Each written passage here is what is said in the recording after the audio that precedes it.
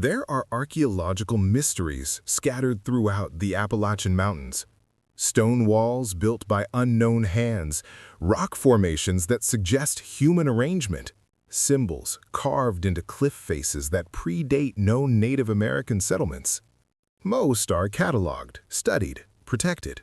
But some sites remain unrecorded, known only through local folklore and whispered warnings passed down through generations.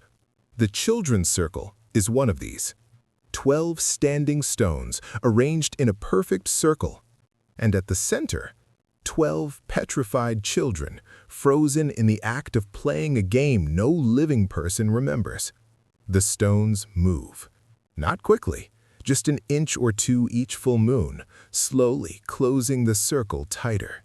And those who camp near the circle report hearing children's laughter in the darkness, finding small footprints made of stone dust leading to their tents, and seeing shadows of children that vanish when you look directly at them.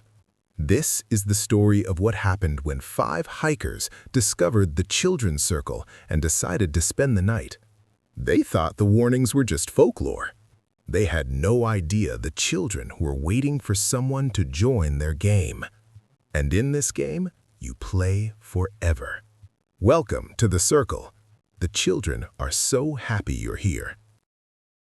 Dr. Raymond Torres had been leading wilderness expeditions for 15 years, and he prided himself on knowing the Appalachian Trail system better than almost anyone.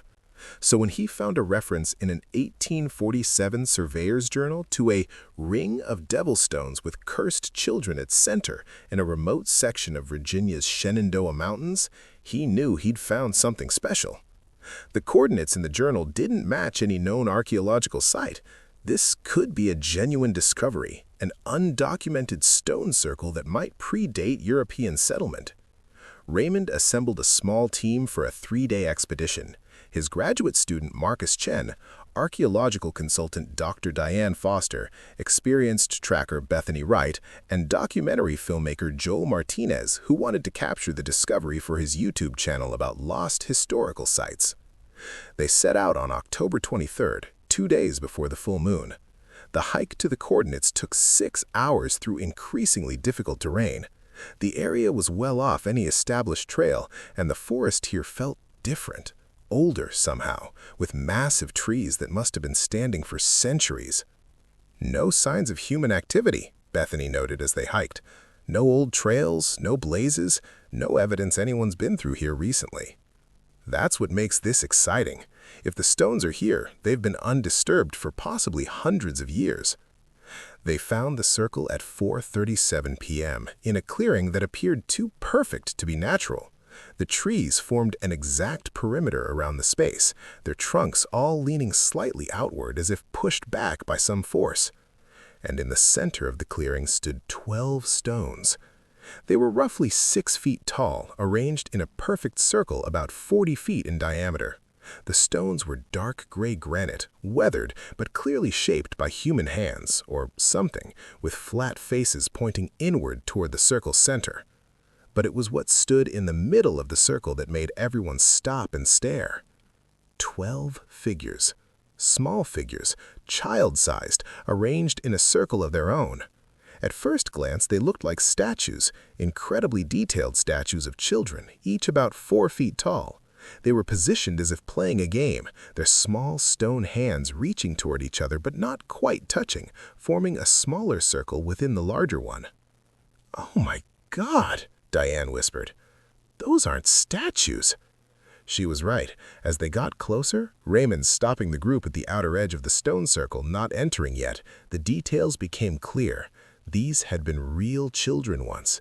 The stone that formed them wasn't carved, it was transformed. Flesh turned to stone, but preserving every detail. Hair texture, fabric patterns in their clothing, even the expressions on their faces. And those expressions were wrong. The children were smiling, all 12 of them, wide, joyful smiles. But the smiles were too intense, too ecstatic, like someone experiencing pleasure beyond what children should know. It was an adult smile of triumph or satisfaction painted on children's faces, and it was deeply, profoundly unsettling. "This is incredible," Marcus said, pulling out his camera. "What are they? Some kind of petrification? How is that even possible?" "They're old," Diane said, kneeling at the circle's edge to examine the nearest child figure. "Look at the clothing. That's colonial era, maybe earlier. Late 1600s, early 1700s. But the stone—" She carefully touched the nearest child's hand. "It's not a sedimentary process. This is instant petrification, like Pompeii, but with stone instead of ash." Joel was filming everything, his camera capturing the eerie scene. This is going to be the discovery of the century. "Raymond, do we know what happened here? What caused this?" "The journal mentioned a curse," said Raymond, pulling out his phone to photograph the scene. "But that's just folklore. There must be a geological explanation. A gas release, mineral-rich water, some kind of natural phenomenon we don't understand yet." "The journal also said not to enter the circle," Bethany said quietly. She was standing back from the group, studying the tree line with the wariness of someone who'd spent years tracking animals. It specifically warned against that. "Superstition," Raymond said, "but we'll be careful. We'll document from outside the circle first, take measurements, collect samples only from the perimeter." They set up camp at the edge of the clearing as the sun set. Raymond wanted to spend at least 2 days documenting the site before reporting it to the authorities. This was too important to rush. The next morning, when the team began detailed documentation, they measured each stone precisely, photographed from every angle, and carefully mapped the site. Raymond reluctantly agreed to let Marcus use ground-penetrating radar at the circle's edge, which revealed something disturbing. "There's a structure beneath us," Marcus said, studying the GPR readings. "About 10 feet down. Looks like a chamber, maybe stone-lined, and there are objects inside. A lot of objects. Small objects." "What kind of objects?" Diane asked. "Can't tell from the radar, but they're dense enough to show up clearly, arranged in rows." Marcus looked up at the petrified children. "I think we're looking at a burial site. Those children at the center might be the last victims of whatever happened here, and the others are buried below." "Victims of what?" Joel asked. "We don't know yet, but I think we should contact the authorities before we go any further. This could be a mass grave." Raymond hesitated. He wanted more time, wanted to solve the mystery himself before outside authorities took over the site. "One more night. We'll collect more data tonight. It's the full moon, perfect light for documentation.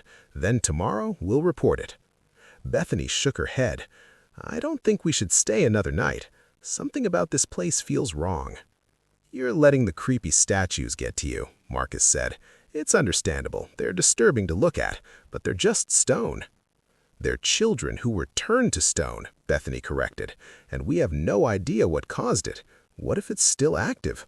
What if whatever petrified them could petrify us?" "That's not how geology works," Diane said, but her voice lacked conviction.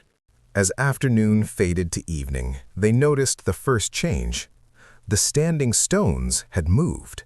Not sunk further, they'd moved inward, toward the center of the circle. Each stone had shifted about 2 inches closer to the petrified children. "Impossible," Raymond said, checking their measurements from the day before. "This has to be measurement error." "It's not," Marcus insisted. "I was careful. The circle is closing." They measured again, using multiple methods, and the results were undeniable. The 12 standing stones were closer together than they'd been yesterday. The circle's diameter had shrunk by about 4 inches. "Thermal expansion?" Joel suggested. "Temperature changes causing the stone to shift?" But none of them really believed that. Stone circles didn't just rearrange themselves. As darkness fell, they built up their campfire and tried to rationalize what they were seeing. Raymond was documenting everything. This was still a discovery, even if it was behaving in ways he couldn't explain. Diane was going through historical records on her tablet, looking for any mention of moving stones in other archaeological sites. Marcus was running calculations, trying to find a physical explanation. Only Bethany seemed to accept that something fundamentally wrong was happening. "We need to leave," she said quietly. "Now, before the moon rises." "Don't be ridiculous," Raymond said. "We're scientists. We don't run away from anomalous data." "Those aren't data points," Bethany said, pointing at the petrified children. "Those are dead kids, and whatever killed them is still here." At 9:47 p.m., they heard the laughter again. This time, it was louder, clearer, definitely children's voices, coming from multiple directions around their camp. The sounds of kids playing, giggles, shouts, the kinds of noises that would be joyful in daylight but were deeply disturbing in the darkness of an isolated forest. Joel grabbed his camera and started filming. The night vision setting picked up the clearing in green-tinged detail, and there, around the stone circle, he saw them. Shadows. Small shadows, child-sized, moving around the standing stones, playing some kind of game, running between the stones, their laughter echoing off the ancient granite. "Are you seeing this?" Joel whispered, showing the others his camera's display. They all watched as the shadow children played. The shapes were too dark to make out details, but their movements were unmistakably childlike, energetic, playful, joyful in that carefree way only children can be.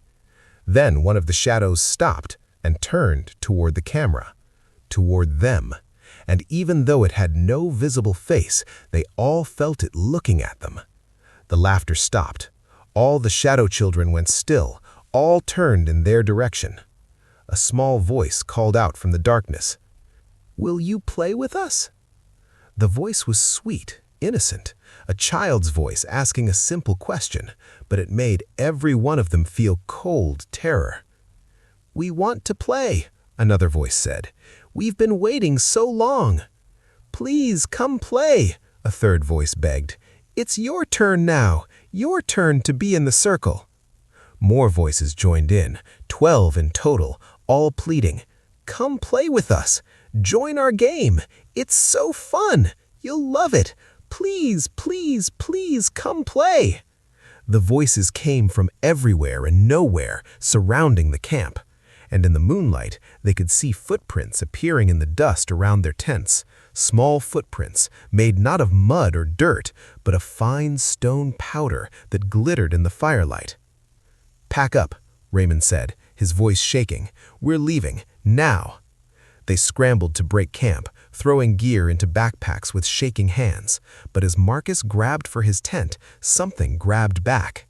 A small hand, cold, hard, stone, reached out of the darkness and wrapped around his wrist. Marcus screamed and jerked away. There was nothing there when he looked, no hand, no child. But his wrist bore marks, indentations in his skin from fingers that had been too strong, too hard, impossibly solid. "Run!" Bethany shouted. "Leave the gear! Just run!" They fled into the forest, using their headlamps to navigate the darkness. Behind them, children's laughter echoed through the trees, not fading with distance but following them, staying close no matter how fast they moved. After 20 minutes of running, Joel stopped to catch his breath and looked behind them. "I don't see anything. No lights, no movement." "Keep moving," Bethany gasped. "We need to get as far from that circle as possible." But when they tried to continue, they found themselves facing a problem. Every direction they ran led them back to the clearing. The trees seemed to shift and change, paths circling around despite them maintaining a straight bearing. 3 times they fled into the forest. 3 times they emerged back at the stone circle. "It's not letting us leave," Diane whispered. "The circle, it's keeping us here." The petrified children stood in the moonlight, their expressions unchanged, but Joel could have sworn they looked more satisfied now, more pleased, as if this was all part of their game. "We're not playing," Raymond shouted at the stone figures. "We're leaving. You can't keep us here." Laughter answered him. Children's laughter, delighted and cruel. "But you entered the circle," a voice said from the darkness. "You crossed the boundary. You broke the rule." "We didn't." Raymond stopped.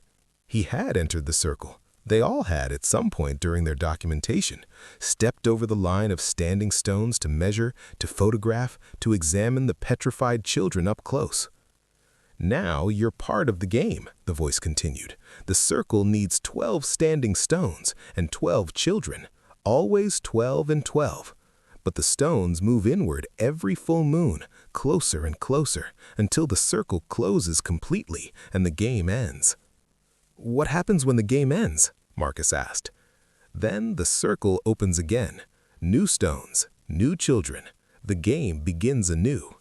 The voice came from directly behind them now. "We were like you once. We found the circle. We entered it. We became the children. And now it's your turn." They spun around but saw nothing, just shadows and moonlight in the ancient forest. "How long?" Diane asked. "How long have you been here?"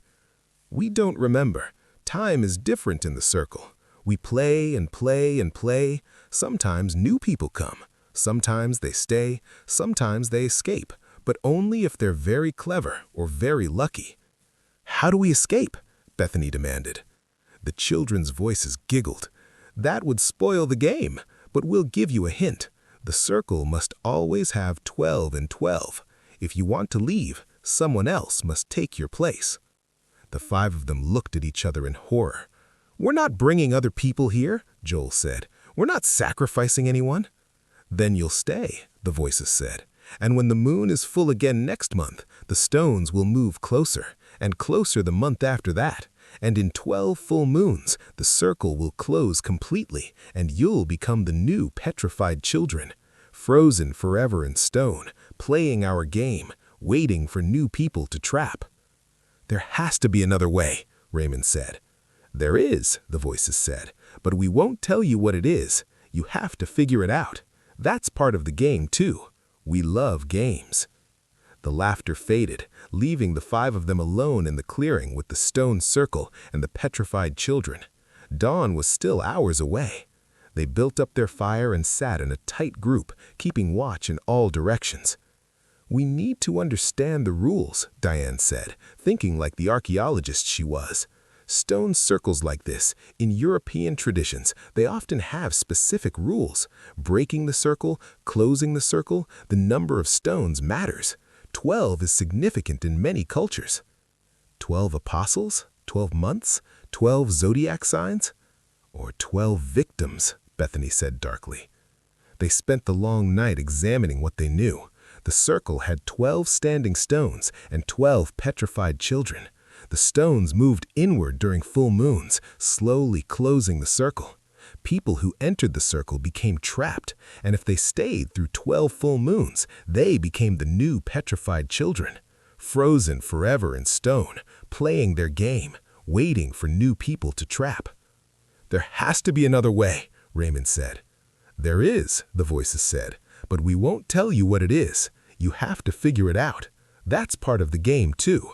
We love games." The laughter faded, leaving the 5 of them alone in the clearing with the stone circle and the petrified children. Dawn was still hours away. They built up their fire and sat in a tight group, keeping watch in all directions. "We need to understand the rules," Diane said, thinking like the archaeologist she was. "Stone circles like this, in European traditions, they often have specific rules. Breaking the circle, closing the circle, the number of stones matters. 12 is significant in many cultures." 12 apostles? 12 months? 12 zodiac signs? "Or 12 victims," Bethany said darkly. They spent the long night examining what they knew. The circle had 12 standing stones and 12 petrified children. The stones moved inward during full moons, slowly closing the circle. People who entered the circle became trapped, and if they stayed through 12 full moons, they became the new petrified children, frozen forever in stone, playing their game, waiting for new people to trap. "There has to be another way," Raymond said. "There is," the voices said, "but we won't tell you what it is. You have to figure it out. That's part of the game, too. We love games." The laughter faded, leaving the 5 of them alone in the clearing with the stone circle and the petrified children. Dawn was still hours away. They built up their fire and sat in a tight group, keeping watch in all directions. "We need to understand the rules," Diane said, thinking like the archaeologist she was. "Stone circles like this, in European traditions, they often have specific rules. Breaking the circle, closing the circle, the number of stones matters. 12 is significant in many cultures. 12 apostles, 12 months, 12 zodiac signs, or 12 victims, Bethany said darkly. They spent the long night examining what they knew. The circle had 12 standing stones and 12 petrified children. The stones moved inward during full moons, slowly closing the circle. People who entered the circle became trapped, and if they stayed through 12 full moons, they became the new petrified children, frozen forever in stone, playing their game, waiting for new people to trap. There has to be another way, Raymond said. There is, the voices said, but we won't tell you what it is. You have to figure it out. That's part of the game, too. We love games. The laughter faded, leaving the 5 of them alone in the clearing with the stone circle and the petrified children. Dawn was still hours away. They built up their fire and sat in a tight group, keeping watch in all directions. We need to understand the rules, Diane said, thinking like the archaeologist she was. Stone circles like this, in European traditions, they often have specific rules. Breaking the circle, closing the circle, the number of stones matters. 12 is significant in many cultures. 12 apostles, 12 months, 12 zodiac signs, or 12 victims, Bethany said darkly. They spent the long night examining what they knew. The circle had 12 standing stones and 12 petrified children. The stones moved inward during full moons, slowly closing the circle. People who entered the circle became trapped, and if they stayed through 12 full moons, they became the new petrified children, frozen forever in stone, playing their game, waiting for new people to trap. There has to be another way, Raymond said. There is, the voices said, but we won't tell you what it is. You have to figure it out. That's part of the game, too. We love games. The laughter faded, leaving the 5 of them alone in the clearing with the stone circle and the petrified children. Dawn was still hours away. They built up their fire and sat in a tight group, keeping watch in all directions. We need to understand the rules, Diane said, thinking like the archaeologist she was. Stone circles like this, in European traditions, they often have specific rules. Breaking the circle, closing the circle, the number of stones matters. 12 is significant in many cultures. 12 apostles, 12 months, 12 zodiac signs, or 12 victims, Bethany said darkly. They spent the long night examining what they knew. The circle had 12 standing stones and 12 petrified children. The stones moved inward during full moons, slowly closing the circle. People who entered the circle became trapped, and if they stayed through 12 full moons, they became the new petrified children, frozen forever in stone, playing their game, waiting for new people to trap. There has to be another way, Raymond said. There is, the voices said, but we won't tell you what it is. You have to figure it out. That's part of the game, too. We love games. The laughter faded, leaving the 5 of them alone in the clearing with the stone circle and the petrified children. Dawn was still hours away. They built up their fire and sat in a tight group, keeping watch in all directions. We need to understand the rules, Diane said, thinking like the archaeologist she was. Stone circles like this, in European traditions, they often have specific rules. Breaking the circle, closing the circle, the number of stones matters. 12 is significant in many cultures. 12 apostles, 12 months, 12 zodiac signs, or 12 victims, Bethany said darkly. They spent the long night examining what they knew. The circle had 12 standing stones and 12 petrified children. The stones moved inward during full moons, slowly closing the circle. People who entered the circle became trapped, and if they stayed through 12 full moons, they became the new petrified children. But the voices had said there was a way out besides bringing replacements. As dawn broke, Raymond had a theory. What if we destroy one of the standing stones, break the circle literally? If the power depends on the number 12, disrupting that number might break the curse. They tried, used rocks to hammer at the base of the nearest standing stone, trying to topple it, but the stone wouldn't move. It was as if it were welded to the earth itself, immovable and indestructible. "What about the children?" Joel suggested. "What if we remove one of them from the circle?" They approached the petrified children carefully. Up close, the detail was even more disturbing. You could see individual eyelashes, the texture of their skin, frozen teardrops on some of their stone faces. Marcus reached out to touch one. The moment his fingers made contact with the stone child, he gasped and jerked back. I felt something, saw something. Memories, not mine, the child's memories. She was playing here with her friends. They found the circle, thought it was a fairy ring. They held hands and danced in the center. And then they couldn't stop. Their hands locked together, their feet rooted to the ground, and they felt themselves turning to stone, slowly from the feet up. Felt everything, still feel everything. "They're conscious?" Diane whispered in horror. "I think so. Trapped in stone, but still aware, still playing their game because that's all they can do. And they're so lonely. They want others to join them so they're not alone anymore." This changed everything. The children weren't malicious. They were victims, desperate for company in their stone prison. "We need to free them," Raymond said. "If we can break the curse on the children, maybe we break the circle's power." But how do you free someone who's been turned to stone? Over the next day, as they remained trapped in the clearing, unable to leave, the boundary of the circle somehow preventing their escape, they tried everything. They attempted to chip away at the stone, to break the children free, but any damage they inflicted healed instantly, the stone flowing like liquid to repair itself.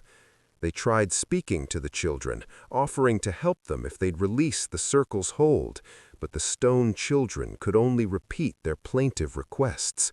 "Come play with us, join our game, don't leave us alone."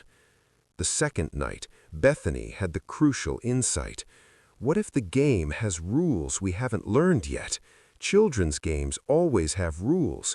Ring around the rosy, tag, hide and seek. There's a structure, a way to win, a way to end the game. "But what's the game?" Marcus asked. They studied the petrified children more carefully. Their positions, 12 children in a circle, hands almost but not quite touching, all leaning slightly inward, reminded Diane of something. "It's a spiral," Diane said. "Look at their positions. If you trace the line from one child to the next, it forms a spiral, moving inward toward a center point." There was a gap in the center of the children's circle, a space just large enough for one person to stand, and carved on the ground at that precise spot was a symbol, worn smooth by centuries of weather, but still visible in the right light. "That's the end point," Raymond said, "the center of the spiral. Someone has to stand there." "And do what?" Joel asked. They didn't know, but as the full moon rose on their second night in the circle, they ran out of time for theorizing. The standing stones moved again, and this time the change was visible, the stones slowly, inexorably sliding across the ground, closing the circle tighter. And the children's laughter grew louder, more excited. "The circle closes! The circle closes! Soon you'll join us! Soon you'll play forever!" Raymond made a decision.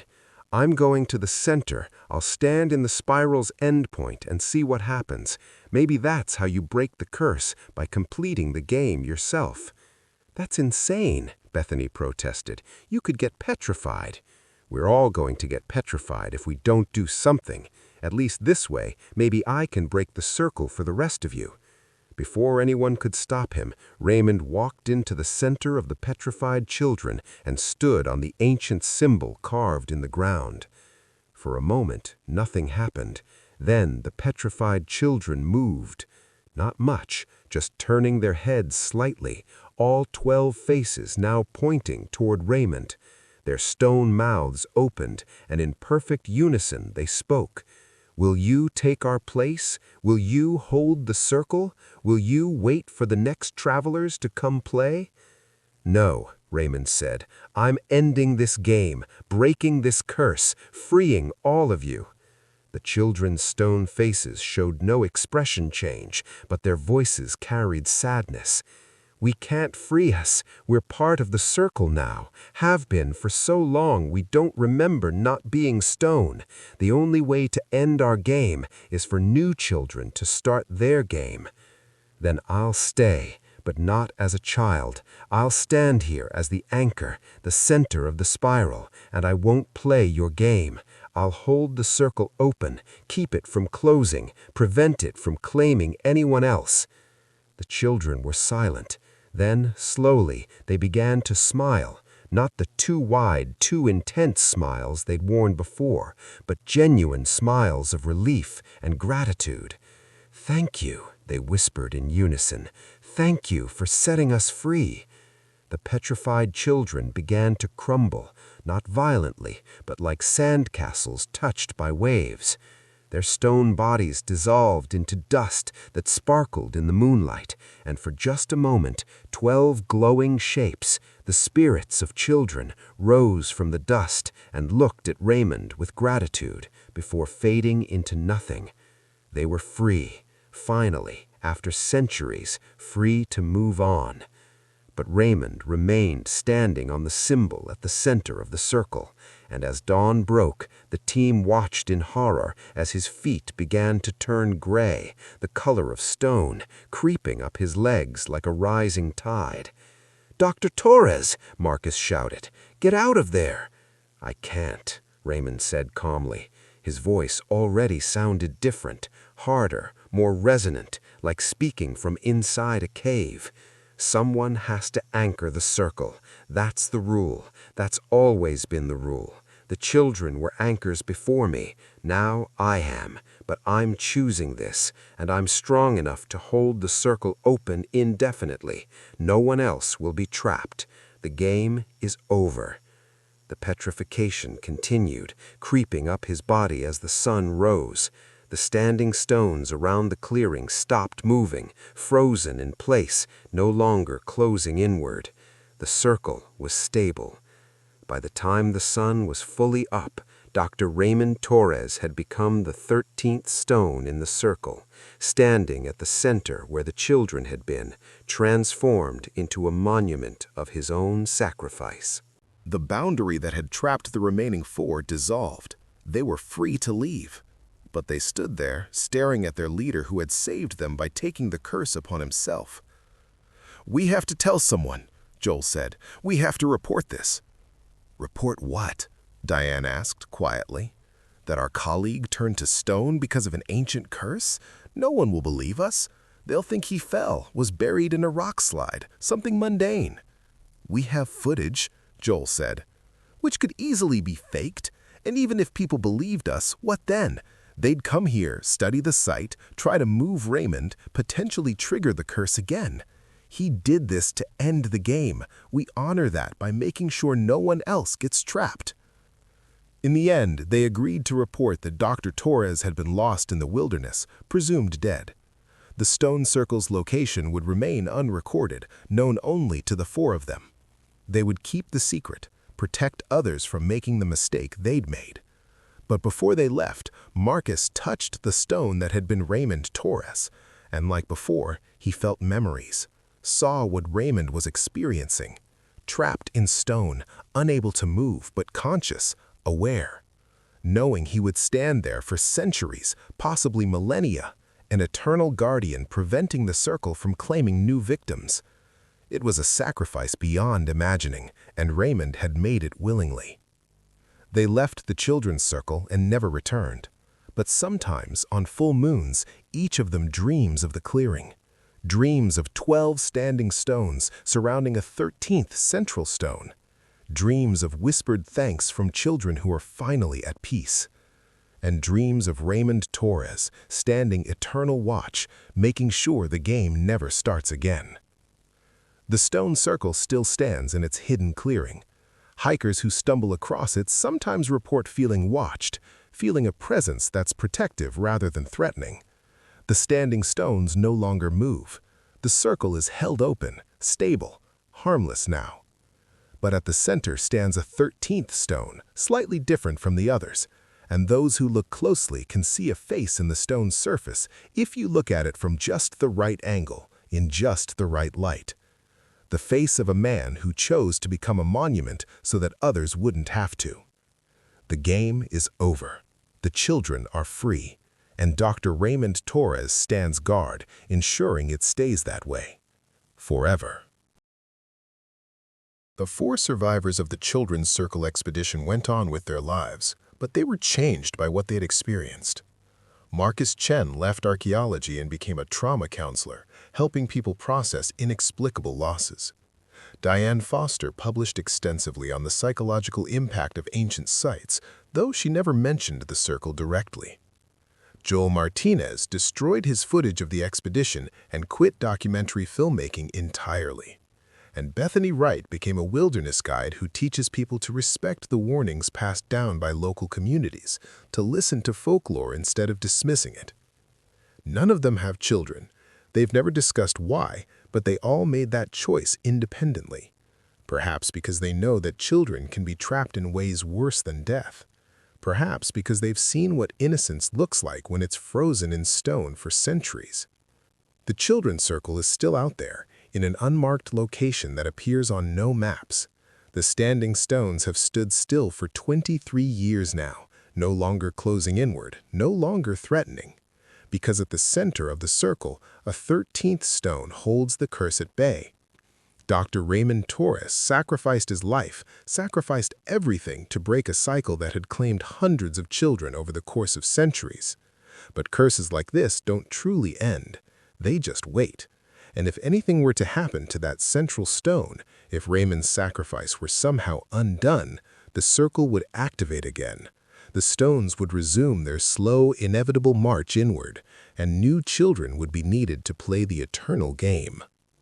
Somewhere in Virginia's Appalachian Mountains, a stone circle waits in silence, protected by a man who chose eternal consciousness in stone prison over allowing the curse to continue.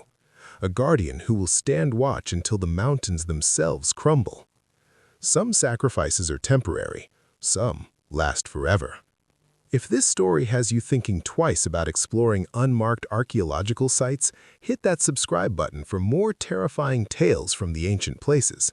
And remember, when you find something that seems too perfect to be natural, something arranged with too much precision, something that whispers warnings through local folklore, listen. Some circles shouldn't be entered, some games shouldn't be played, and some stones are more than just stone. The mountains hold secrets older than human memory, and some of those secrets are kept by people who chose to become monuments, who transformed themselves into warnings, who gave up everything to protect others from making their mistakes.